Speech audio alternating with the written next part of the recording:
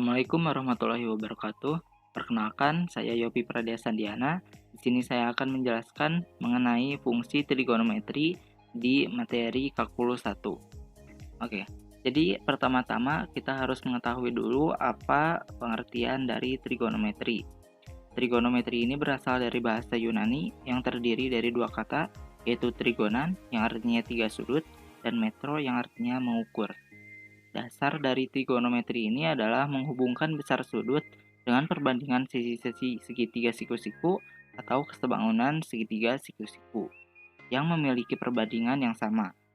Nilai perbandingan ini bermanfaat untuk menentukan besar sudut atau panjang sisi suatu segitiga dan fungsi trigonometri seperti sinus, kosinus, dan tangen. Ini adalah rumus dari trigonometri. Dari sin ini ada A per C atau depan per miring. Jadi depan per miring gitu. Kemudian ada cos, ini adalah rumusnya B per C. Jadi samping per miring. Dan tan atau tangan ini rumusnya adalah sin per A atau bisa juga ditulis A per B atau depan samping.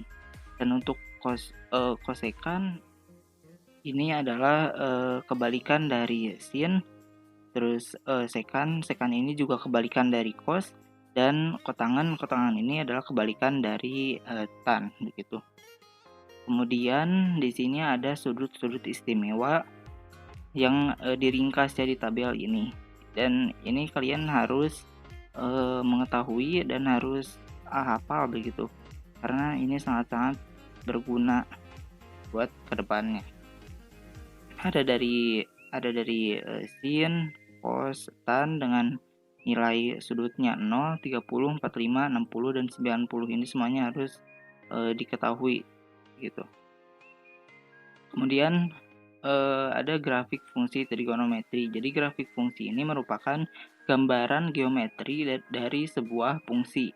Adanya grafik ini dapat memudahkan dalam menganalisis nilai fungsi, jenis fungsi, dan sebagainya. Sedangkan mengenai grafik fungsi trigonometri yang sederhana tersebut dapat digambarkan langsung grafiknya dengan cara mensubstitusikan harga X dan Y yang kemudian dibuatkan di dalam gambar. Nah, kemudian untuk menyelesaikan masalah fungsi trigonometri yang perlu dipahami pertama adalah grafik dasar fungsi trigonometri. Setelah mengetahui grafik dasarnya, kemudian mengetahui bagaimana transformasi dari grafik fungsi trigonometri dasar itu. Nah, perubahan ini terjadi pada grafik trigonometri ada amplitudo, periode, dan pergeseran atas bawah serta kiri kanan. Nah, untuk amplitudo ini adalah simpangan terjauh titik pada suatu grafik fungsi trigonometri terhadap garis horizontalnya, misalnya sumbu X. Atau singkatnya, amplitudo ini menentukan tinggi maksimal dan minimal dari suatu grafik gitu. Kemudian ada periode. Periode ini adalah jarak terjadinya pengulangan grafik fungsi trigonometri dari acuan awal ke titik pengulangan yang pertama, atau bisa disebut juga bahwa periode ini adalah titik pengulangan yang terjadi pada suatu grafik fungsi trigonometri begitu. Kemudian ini ada rumusnya ya. Y sama dengan A sin BX plus min C dan plus min D gitu. A-nya ini adalah berupa amplitudo. Amplitudo ini seperti yang tadi dijelaskan bahwa amplitudo ini simpangan terjauh titik pada suatu grafik. Jadi maksimal tinggi dari grafiknya itu plus A dan minimal dari tinggi grafiknya adalah min A begitu. Kemudian B ini adalah periode, jadi jarak terjadinya pengulangan grafik gitu. Jadi rumusnya adalah periode sama dengan 2pi per B atau 360 per B, karena pi sama dengan 180. Jadi 2 kali 180 per B begitu. Nah, untuk C-nya, C ini adalah pergeseran grafik dari fungsi tersebut begitu. Jadi pergeseran grafik ini yang menentukan pergeseran ke kiri atau ke kanan. Bila nilainya plus berarti bergesernya ke kiri, dan bila nilainya min, berarti bergesernya ini ke kanan begitu. Dan untuk yang selanjutnya yang D ini, yang D adalah nilai pergeseran ke atas dan ke bawah. Jadi bila plus berarti bergesernya ke atas, dan bila minus berarti bergesernya ke bawah gitu. Untuk selanjutnya adalah contoh soal. Nah, ini soal yang simpel dulu ya, y sama dengan sin x. Jadi ini bisa dituliskan bahwa y sama dengan sin x ini mempunyai grafik seperti yang ada di kanan ini ya.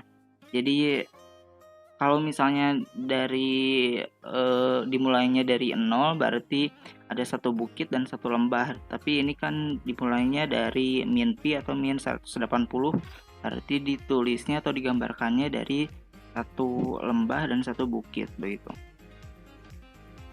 Kemudian nah ini soalnya rada-rada rumit ya. Jadi nah ini jadi jawabannya itu kita tuliskan dulu yang tadi ya, y sama dengan a sin bx plus min c plus min d.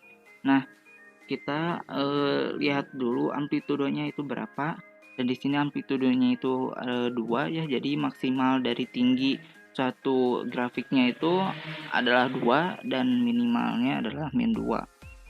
Kemudian periode ini adalah tadi kan udah dijelasin ya, bahwa periode ini adalah simpelnya pengulangan yang terjadi pada suatu grafik, dan di sini pengulangannya 360. Jadi satu bukit dan satu lembahnya itu